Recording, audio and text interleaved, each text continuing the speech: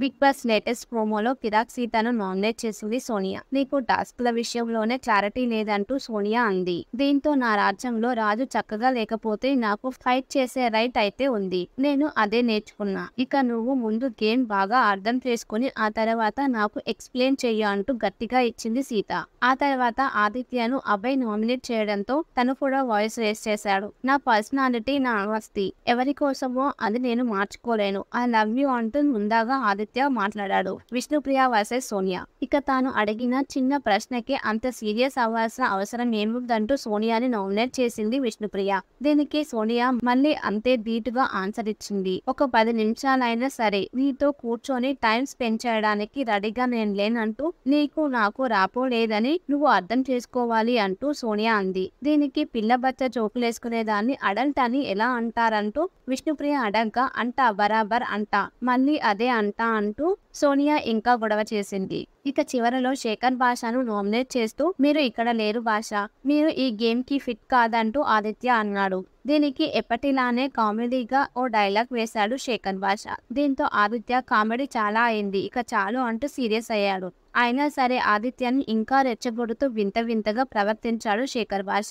ఇలా ఈ వీక్ నామినేషన్లు చాలా వాడివేడిగా సాగాయి. మొత్తానికి ఈ వారం నామినేషన్ లో 8 మంది ఉన్నారు. ఇక చీఫ్ అయిన నయనిక, నిఖిల్ కూడా నామినేషన్ లో ఉండటం విశేషం. ఇక అతిపెద్ద టీమ్ తో చీఫ్ గా ఉన్న యష్మికి బిగ్ బాస్ ఓ పవర్ ఇచ్చాడు.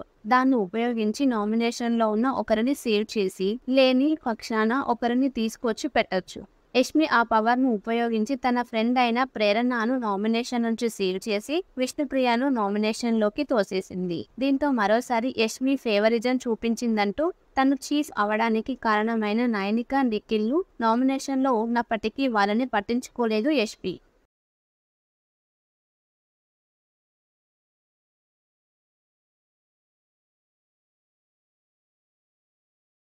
బిగ్ బాస్ లేటెస్ట్ ప్రోమోలో కిరాక్ సీతను నామినేట్ చేసింది సోనియా. నీకు టాస్క్ల విషయంలోనే క్లారిటీ లేదంటూ సోనియా అంది. దీంతో నా రాజ్యంలో రాజు చక్కగా లేకపోతే నాకు ఫైట్ చేసే రైట్ అయితే ఉంది. నేను అదే నేర్చుకున్నా. ఇక నువ్వు ముందు గేమ్ బాగా అర్థం చేసుకుని ఆ తర్వాత నాకు ఎక్స్ప్లెయిన్ చెయ్యి అంటూ గట్టిగా ఇచ్చింది సీత.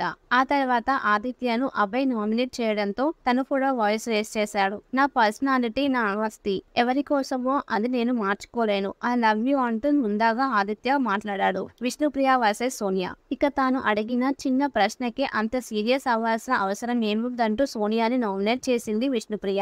దీనికి సోనియా మళ్ళీ అంతే ధీటుగా ఆన్సర్ ఇచ్చింది. ఒక 10 నిమిషాలైనా సరే నీతో కూర్చొని టైం స్పెండ్ చేయడానికి రెడీగా నేను లేనంటూ నీకు నాకు రాపో లేదని నువ్వు అర్థం చేసుకోవాలి అంటూ సోనియా అంది. దీనికి పిల్ల బచ్చ జోకులేసుకునేదాన్ని అడల్ట్ అని ఎలా అంటారంటూ విష్ణుప్రియ అడగ్గా అంటా బరాబర్ అంటా మళ్ళీ అదే అంటా అంటూ సోనియా ఇంకా గొడవ చేసింది.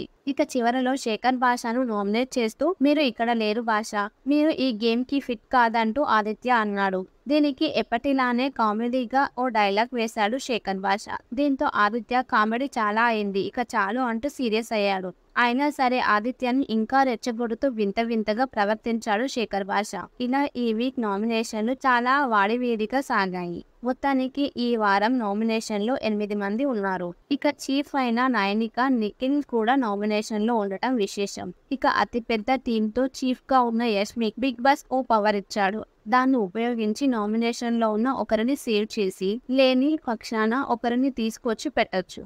యష్మి ఆ పవర్ ను ఉపయోగించి తన ఫ్రెండ్ అయిన ప్రేరణను నామినేషన్ నుంచి సేవ్ చేసి విష్ణుప్రియను నామినేషన్ లోకి తోసేసింది. దీంతో మరోసారి యష్మి ఫేవరిజం చూపించిందంటూ తను చీఫ్ అవడానికి కారణమైన నయనిక, నిఖిల్ ను నామినేషన్ లో ఉన్నప్పటికీ వాళ్ళని పట్టించుకోలేదు యష్మి.